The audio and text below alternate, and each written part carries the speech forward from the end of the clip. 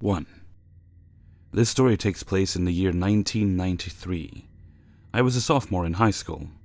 I must emphasize the importance of the year, as cell phones, internet, and effortless forms of mass communication at your fingertips were either non-existent or certainly not as popular as they are today. There are ample amounts of backstory, but mainly, I cannot get into it, and feel this story is the only one I can safely tell. You'll understand why as the story goes on. At this time in my life, my friends and I were very carelessly using a Ouija board that I found in my deceased great-uncle's attic after he passed. Again, I will not go into many details here other than it was wooden, old, and had no instructions. We took it home, and my sisters and I, along with my friends, began to play with it. Weeks went by, a few months went by, and lots of shit was happening in my house and with my friends. Me, strongly being a believer in the paranormal, didn't question much of what was happening, as it was witnessed not just by me but by many others. I saw such occurrences change the beliefs of staunch skeptics in a matter of moments. I was terrified most of the time, sleeping with my lights always on or never alone. At times I was even amused by it. We'll use the term it here, as I cannot and will not call it by its name. Then came a day in early spring of 1993 that my friends and I were sitting around a table in the library of our high school. The topic always seemed to circle back around to what was happening at my house. There were 4 of us sitting at the table: myself, Monica, Kim, and Suzanne. I was beginning to get a little agitated and began to feel arrogant. So arrogant that I said aloud to my friends almost these exact words: "If you're so powerful and so real, then you wouldn't be stuck in my house. So, show us a sign you can hear us beyond there and the board." And just like that, the lights went out in the entire library and school for about 5 seconds. When they came back on, I continued my overconfident banter by laughing and saying aloud, "Really? That's all you have?" The bell rang shortly after, and it was time to go home. I didn't think much of the incidents after, but knew my egotistical, fake act might have some consequences down the line. That night when I fell asleep, I had a dream. I'm not even sure I can call it that. I can't even call it a nightmare, because that word connotates fiction to me. This was one of those dreams or visions, if you may, that you wake from and feel it. You can recite every line and detail as if you were still in it. To this day, I can still feel the resonation and remember every bit. The dream starts off in the morning as I begin to walk into school from the street. I am immediately plagued with a sense of terror and a sense that I was slowly being chased. There was a procession of black hooded figures fully cloaked. No signs of human life underneath, just a human form. There were 6 of them, all with their heads down. It was broad daylight, and they were each carrying a torch. In the middle of them was a very tall figure, again all in black, with a red stripe in front of his cloak. He was not carrying a torch, but rather a long pewter staff of some sort. This is when I stopped studying the details of who this was. I knew who it was, and I knew they were after me, especially him. They were not running or in any type of haste. The procession was slow and methodical. I ran in the school fast and frantically began to look for a hiding spot in the library. And that's where my dream put me. I quickly jumped over these bookshelves, which were low to the ground, both in dream world and in real world, and balled up on a shelf, hiding and praying not to be found. I then woke up, breathless. I said few words as I got ready for school and ran onto the bus that morning. None of my friends involved in the library situation, or the Ouija shit, in general were on the same bus route, and I dared not speak a word of it to the kids I rode the bus with, as most of them I despised. When I arrived at school, finding my friends Monica and Kim waiting for me at the north entrance, as they did every morning, I began to tell them the details of the dream. We had just entered the main hallway, as I was finishing the dream details, when running from the south entrance, which was a pretty good distance from us, was Suzanne. I do not feel the need to drive home the point that there were no cell phones and no conceivable way of Suzanne getting any of this info. This is exactly as it happened and is 100% accurate. Trying as hard as she could to catch her breath, she looked at me and said, "I have a message for you from him. Not it, I must emphasize. Tell Nicole she can run, but she can't hide."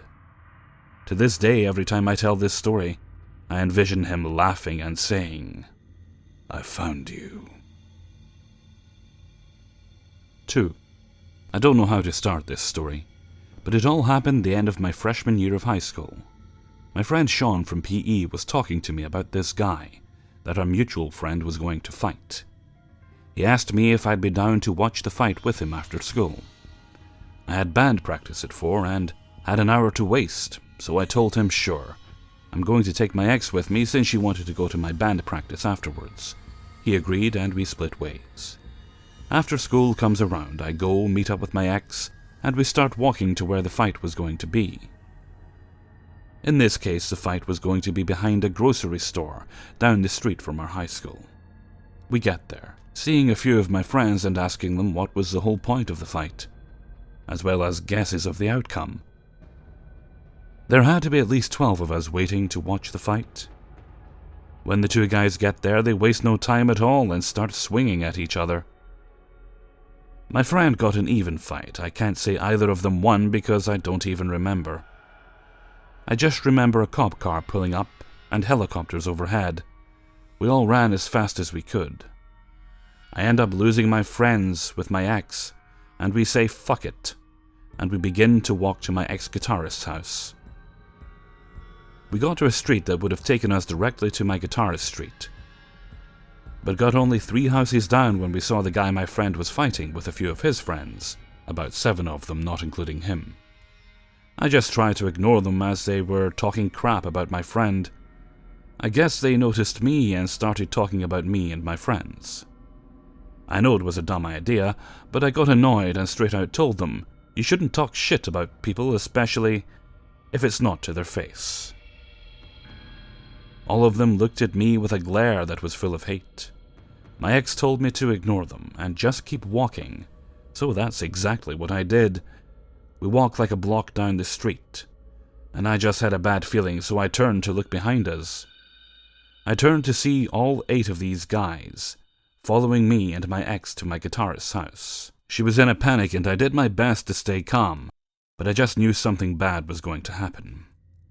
The guy that fought my friend ran up to us and I was ready to fight him, but he just says to me, "My homies said they want to jump you, unless you give me all your stuff." I looked at him like he was crazy and told him, "You guys can't have shit of ours." He laughed and walked away. By now I was on my guitarist's street, and we tried our best to go as quick as we could before they could get to my guitarist's pad. We got there without any problem and began to knock on his door. He didn't answer. I kept banging, but nothing. That's when I start hearing their voices. The panic begins to rise inside of me, as I thought as quickly as possible. I led my girlfriend to my guitarist's garage that was behind a gated pool, since that's where we practiced and knew it would be unlocked.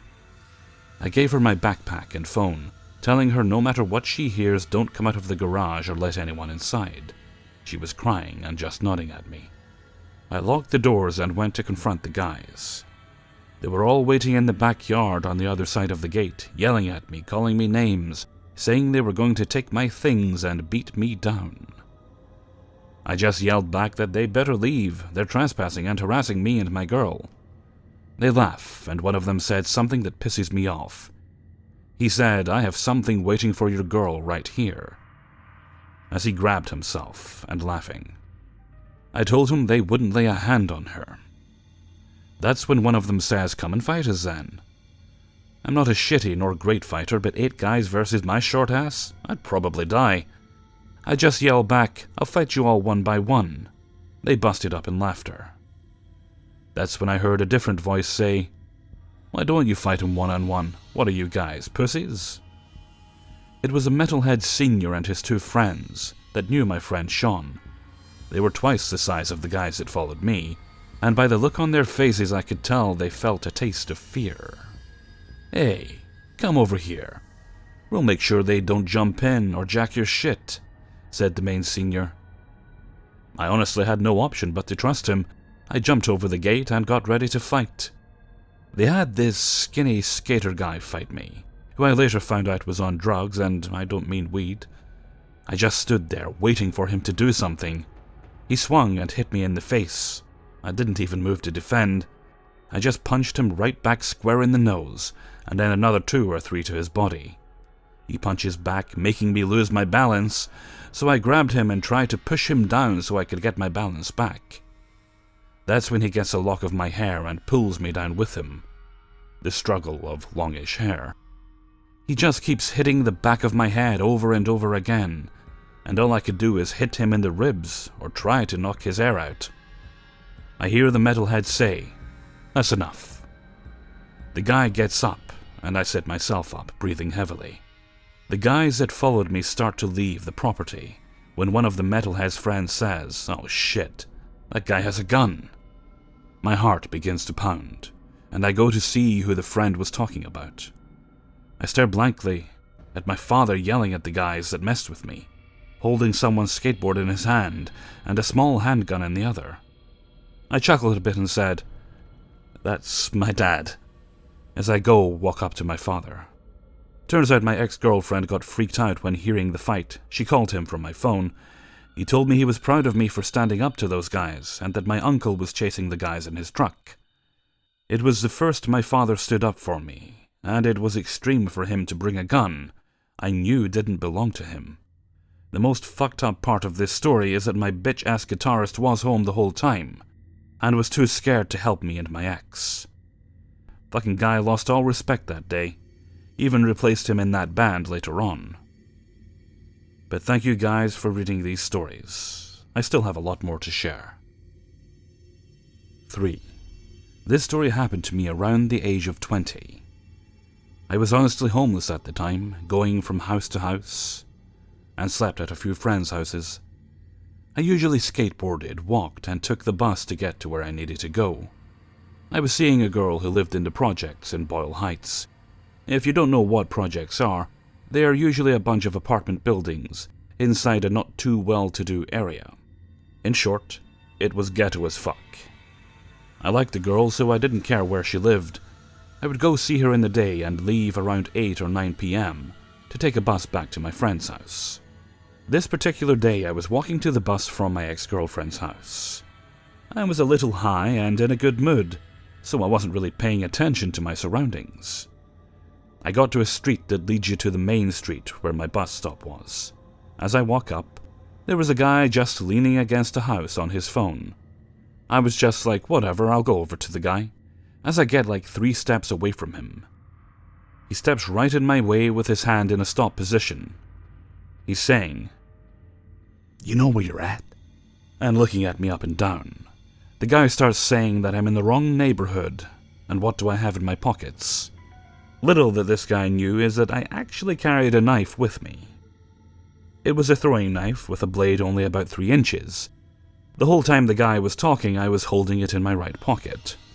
See, I'm not one to use a weapon unless someone has a weapon themselves. I don't know, it's something my father embedded in my head. I was like, whatever dude, I have a bus to catch, and tried passing by him. He grabbed my arm and tells me, "I have a gun, give me your shit." I was like, what the fuck? In my head, I tell him, I don't see anything. Pulling my arm away from him to walk away. He just gets in my face and begins to punch me in the head. At this point, I could already tell he didn't even have a gun, so I let go of my knife and started fighting back. I beat him in his face and stomach. As I'm about to leave, I hear someone yelling. When I turned to see who it was, I was met with a fist straight to my eye. I realize that this guy had his friend waiting for him. I start to panic and fight the other guy. He ends up trying to kick and punch me at the same time, so I push him off his balance onto his friend who's barely getting back up. In my head, a switch went from fight straight to flight. I started running as fast as I can to my bus stop. I just didn't want to be in that situation. I got to my bus, I texted my father and my ex. I was shaking and kept thinking to myself, I was seconds from pulling out my knife and stabbing that first guy. At times it still plays in my head, what if I did stab him? Would his friends still have come after me? Or would something worse have happened? It goes without saying, I never went back to that area. 4. It was in the summer when I was 10 years old that I had my first experience with the fact that there are really bad people out there who like to hurt children. I grew up in a suburb of Boston, Massachusetts, in the 1970s. At the time, there were probably less than 30,000 people who lived there. I lived in an old Victorian home purchased by my grandparents in the 1950s. They came to the US from Sicily, having grown up in the same village, and later ended up marrying and having 3 children. My dad was the middle child. Growing up in my dad's childhood home was pretty cool. And that home came with his childhood dog.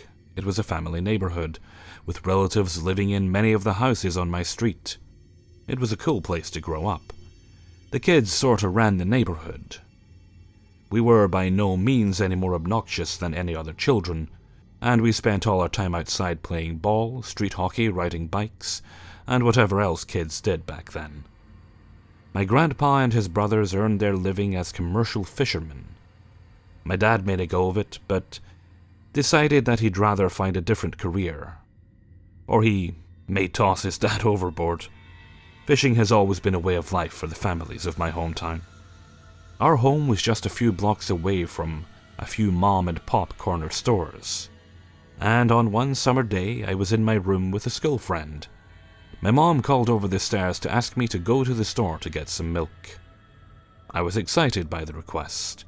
I was getting a bit older, and I liked the responsibility. Or maybe I just liked having some candy on my long and arduous trip. Either way, my mom gave me the money and sent my friend Marie and I off to the store. I had 2 younger brothers, and it was easier just to send us than pile a bunch of hot, sweaty and stinky kids into the car. The walk was less than 10 minutes down the hill, but maybe a bit longer on the way home, as my legs were still so short that it was more difficult on the way home, uphill, both ways, in the snow. In July, Marie and I walked down to the store, which at the time was called Boulevard Convenience or something to that effect. Now, on the way to the store, I remember seeing a yellow Corvette, and the only reason that a 10-year-old girl knows this is because her dad owned a vet, but not a yellow one. Fire engine red with T-tops, so yeah, that caught my attention. As I said, our neighborhood was made up of either relatives or families who had lived there for generations. So it was unusual to see unfamiliar people. I took note of the man. He slowed down as we passed by, and I didn't recognize him. The car was low to the ground, and I could see inside. He was in his 30s, he wasn't wearing a shirt, and was tanned. He had on a pair of white shorts and shades. We were less than a block from the beach, so it seemed normal attire for a hot summer day. He smiled and nodded his head as he slowly passed us. I turned around as he passed and noticed that the car had some cardboard over where the license plate should have been. Although I was just a kid, I knew that something was wrong with this. I mentioned it to Marie, but she didn't seem to be concerned. But I was. We turned the corner and continued onto the store. He must have driven like hell because after a minute or two he was driving toward us, going the wrong way on a one-way street. He slowed down again as he approached. He said hello to us and asked us directions, saying that he was lost. He had pulled up close to us. I was getting uncomfortable and nervous, so I took a step back and told him that I didn't know where he was trying to get to, took Marie by her arm, and started speed walking toward the store. We were getting close, and all I wanted to do was get the damn milk and get home. We stepped into the building, and I remember the air conditioning blasting. My heart was beating quickly. Marie must have been completely clueless, as she asked me what was wrong. I told her about my concern about the man in the car. She didn't seem to understand why I was nervous. But I just told her that we needed to get this milk home quickly. I was so stressed out that I forgot to get some candy for us. We stepped outside. and I looked up and down the street. The road is along the ocean. It's 2 lanes divided by an island in the middle, meaning that on this stretch of road, cars need to continue along until they get to the stoplights to turn around and change directions. I didn't spot the yellow vet, so we started back home. We made it back up the road to the bottom of the hill back to my house. I was starting to relax and think maybe I was making too much of the encounter with the man. Just as we got to the top of the hill, we saw the car coming towards us. My heart started to flutter again. There was nowhere to run or hide from him.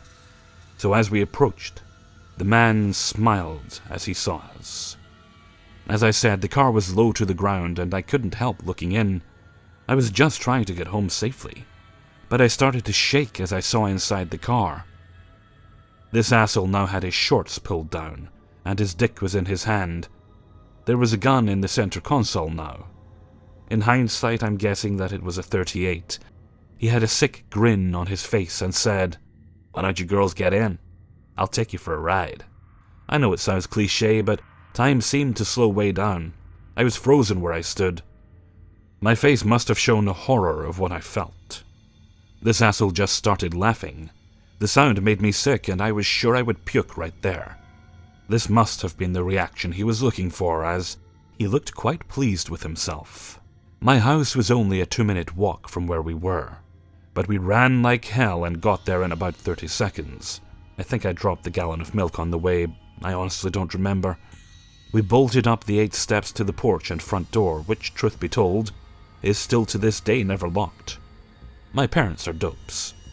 I don't remember if Marie came upstairs to the main floor of our home. My dad was home, which was unusual, as he was a contractor who worked 12-hour days and was almost never at home till 6 p.m. He saw my tears, which I had held back till I was safely in my sanctuary. And my dad, only about 5'9" and $150, listened to my hastened story about the asshole pedo.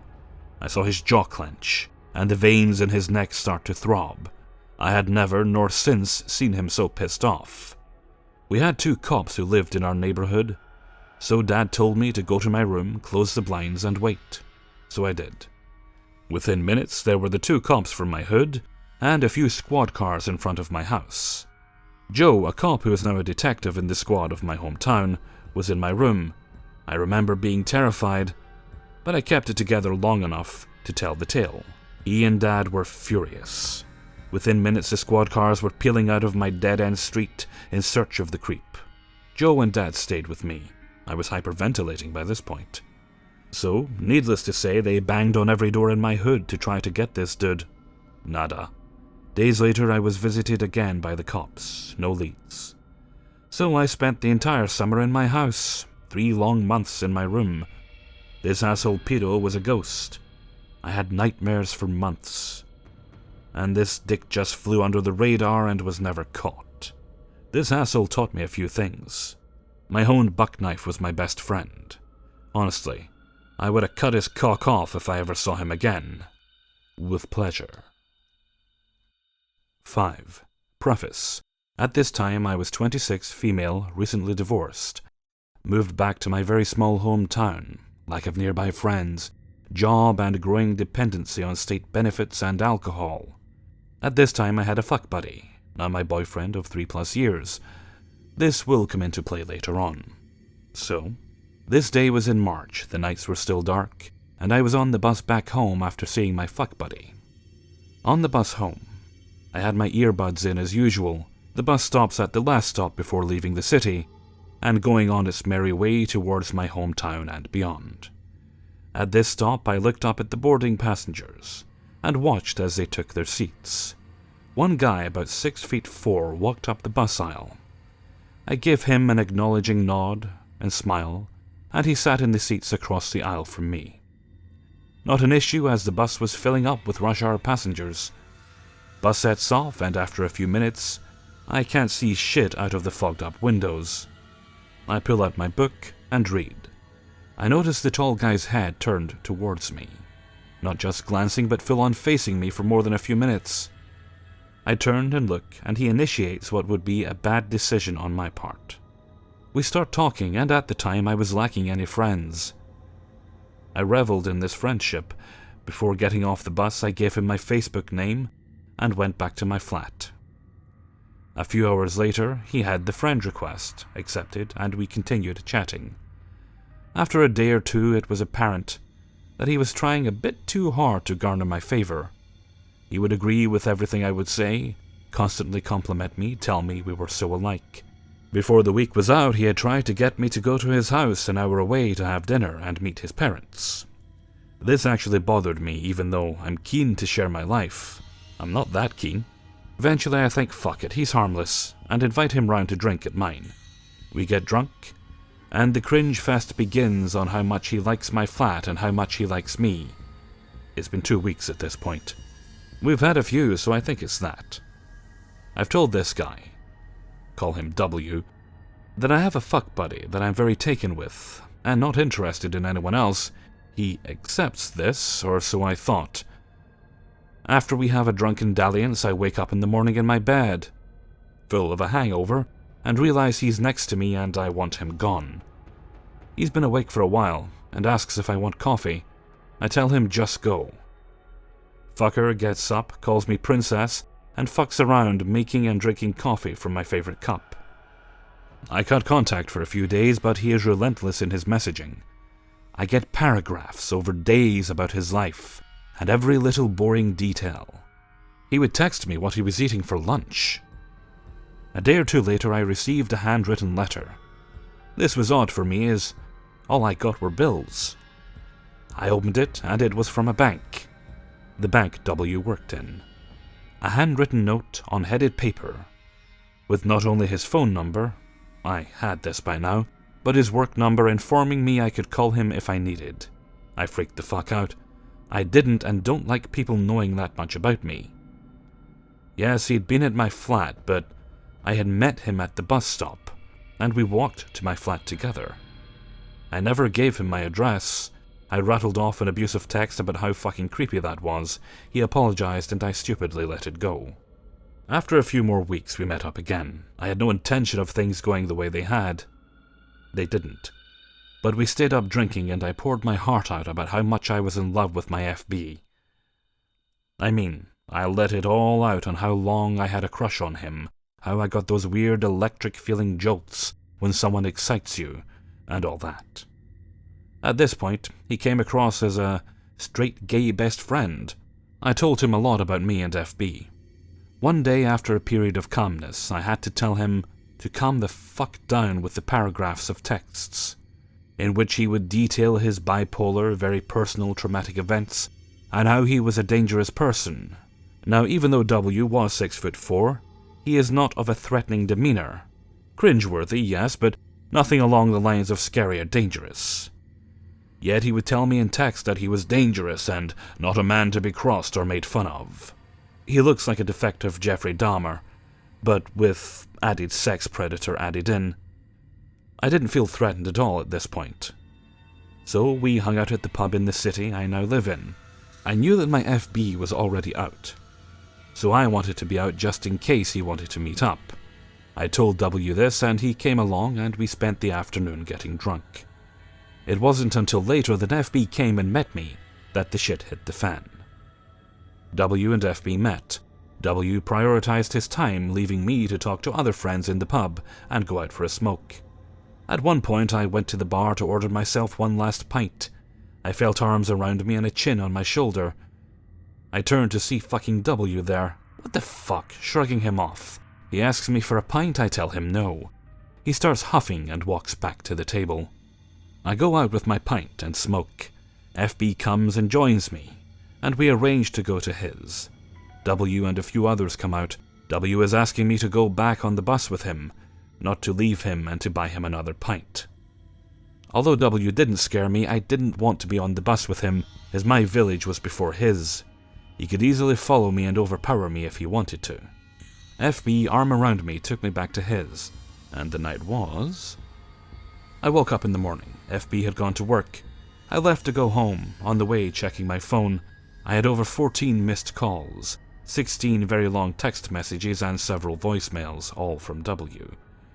It went from begging me to be his to threats of him being dangerous, and he knew people, apologizing for those threats, how he could treat me how I deserved, and finally, if anything, that he would settle for being my side guy.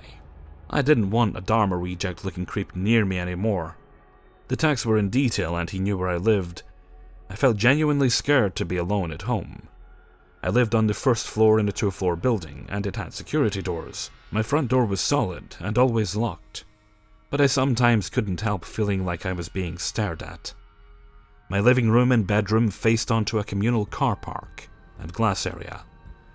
It was not lit in any way and pitch black. As I was on the first floor, I never closed my curtains, as no one could see in. But I couldn't shake the feeling at times. W's bus home would always pass through my village. There was no way of avoiding it. So it would be possible that he would be able to get to me. So after a few more weeks, FB and I embarked on what is now a 3 coming up to 4-year relationship. I posted this status on Facebook. I soon got paragraphs on how I was an idiot, he wasn't right for me, that W would be better, and I should not cross him as he was a dangerous man. By this point it had been 2 months. I was already receiving abusive paragraphs from my ex-husband, now this creep. The last 2 months of built-up weirdness exploded in me. I chewed that fucker out. I berated him about how dare he assume that just because I talk to him, he deserves my time. That is not okay, and no one wants daily paragraphs about bullshit. Inviting someone you've just met to have dinner with your parents and son is creepy, as is always trying to get them to yours.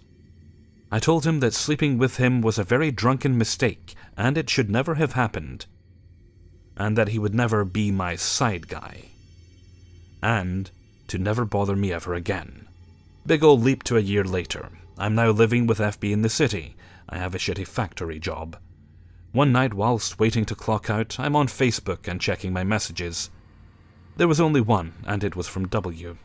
It went along the lines of complimenting me on my haircut. I went from shoulder length to lobe length, telling me how life was going for him, he wished me well, and, as a side note, apologized for being a full-on creepo. Until that point, I would have gave him the benefit of the doubt until I read that he would still be my side guy. Now this would have been enough to cuss this fucker out, but only a week after the initial telling him not to bother me, I had a call from my uncle. He asked if I knew a W, and I said yes, but he was a stalker creep. My uncle then told me he was in a pub in this city with a friend, who brought along their friend, W. W was getting shit-faced and telling all and sundry that we had been a legit couple, that we were going to be married, we loved each other, and I was moving into his, along with how I had dumped him and broke his heart. I was fucking livid when I heard this. My uncle knew it was horseshit from the off. He told W who he was and that he'd better shut up before his head met the window. W went quiet, and left very soon after crying and vehemently apologizing to my uncle. I had this in mind as I again, for gosh knows how many times, told him to fuck off and leave me alone. That who the fuck is so tragic as to make up a relationship? I said he was a mistake on par with my ex-husband, he was a deluded freak, and should go play on the motorway. Overreaction? No. I refused to be chewed out by this entitled fuck after a few years of already being chewed out by my mother, stepmother, and ex-husband. I ripped this fuck a new arsehole, and only did so as he had no idea where I now lived, as I had moved out of my flat and in with FB. I wasn't scared of being followed or jumped in the shadows near my door. Jump to several months later. I'm in the town early, I'm walking through the precinct and my heart drops. W is in front of me, looking at a store window display. I'm hoping the timing is on my side, and I pass a support pillar as he does and misses me. Nope. Dahmer Jr. sees me. I have my earbuds in and I stare ahead of me, still hoping he walks on. From the corner of my eye, I see him reach his arm out towards me and a muffled noise. I freak out and yell, "Don't fucking talk to me!" It was loud as I heard myself over the music I was listening to on full volume. Crowbar, by the way.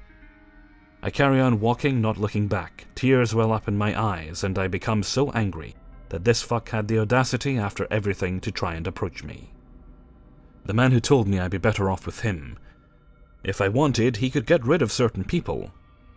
I was the only one for him, we were made for each other, and he would watch over me. I've heard nothing since this last encounter. I've had abusive relationships before, physical, mental, and sexual, but I have never been as worried for my well-being as I was with W. Hey everybody, Hellfreezer here, and thank you very much for listening to 5 True Scary Subscriber Stories, episode 63. Thank you very much to everybody who sent in stories for use in this video. If you have a story yourself, then you can find the email in the description of every video. It's relatively near the top, and that is kingofthecities@gmail.com, or Google Mail if you like. They'll both get to me. Only thing I ask is, if you can remember, just put what kind of story it is in the subject line. It's just easier for me when I'm sorting them out, so I know what folders to put them in.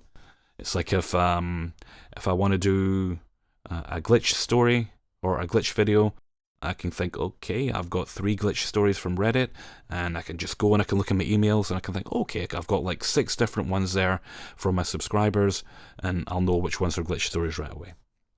Okay, and with that, I'm going to head off for now. So until next time, thank you very much for listening, and take very good care of yourselves.